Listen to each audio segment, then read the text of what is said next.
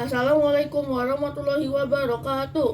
Nama saya Getsandi Khairiswandi, kelas 8C. Kali ini saya akan menjelaskan tentang fungsi-fungsi Pancasila. 1. Pancasila sebagai dasar negara. Pancasila sebagai dasar negara. Pancasila berfungsi sebagai dasar negara.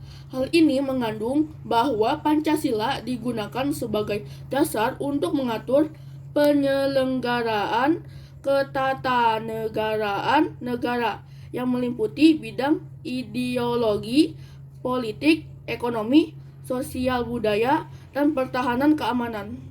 Sebagai jiwa bangsa.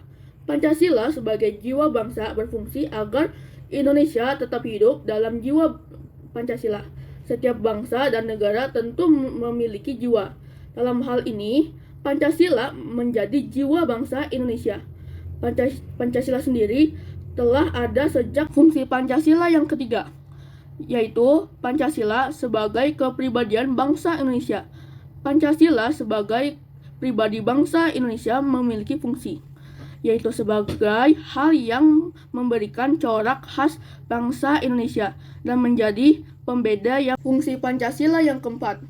Pancasila sebagai sumber dari segala sumber hukum.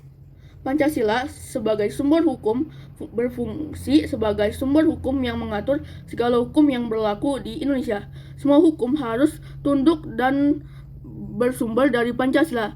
Setiap hukum tidak boleh bertentangan dengan Pancasila. Setiap sila Pancasila merupakan nilai berdasar, sedangkan hukum adalah nilai instrumental atau penjabaran dari nilai berdasar. Fungsi Pancasila yang kelima. Pancasila sebagai perjanjian luhur. Pancasila sebagai perjanjian luhur telah berfungsi dan disepakati melalui Sidang Panitia Persiapan Kemerdekaan Indonesia tanggal 18 Agustus tahun 1945. Walaupun disahkan Pancasila hanya oleh sebuah panitia persiapan kemerdekaan Indonesia, tetapi PPKI sebenarnya adalah suatu badan yang mewakili suara rakyat. Jadi, Pancasila merupakan hasil perjanjian bersama rakyat. Fungsi Pancasila yang keenam. Pancasila sebagai cita-cita dan tujuan bangsa Indonesia.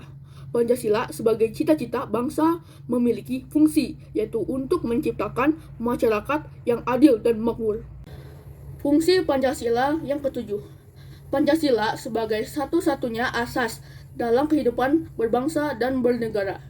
Pancasila sebagai satu-satunya asas adalah sebagai konsekuensi ditetapkannya Pancasila oleh bangsa Indonesia sebagai dasar negara dan juga merupakan perwujudan melaksanakan Pancasila secara murni dan konsekuen. Fungsi Pancasila yang terakhir. Pancasila sebagai moral pembangunan. Pancasila dijadikan kerangka, acuan, tolok ukur, parameter, arah, dan tujuan dari pembangunan. Demikianlah penjelasan 8 fungsi Pancasila. Sekian, terima kasih. Wassalamualaikum warahmatullahi wabarakatuh.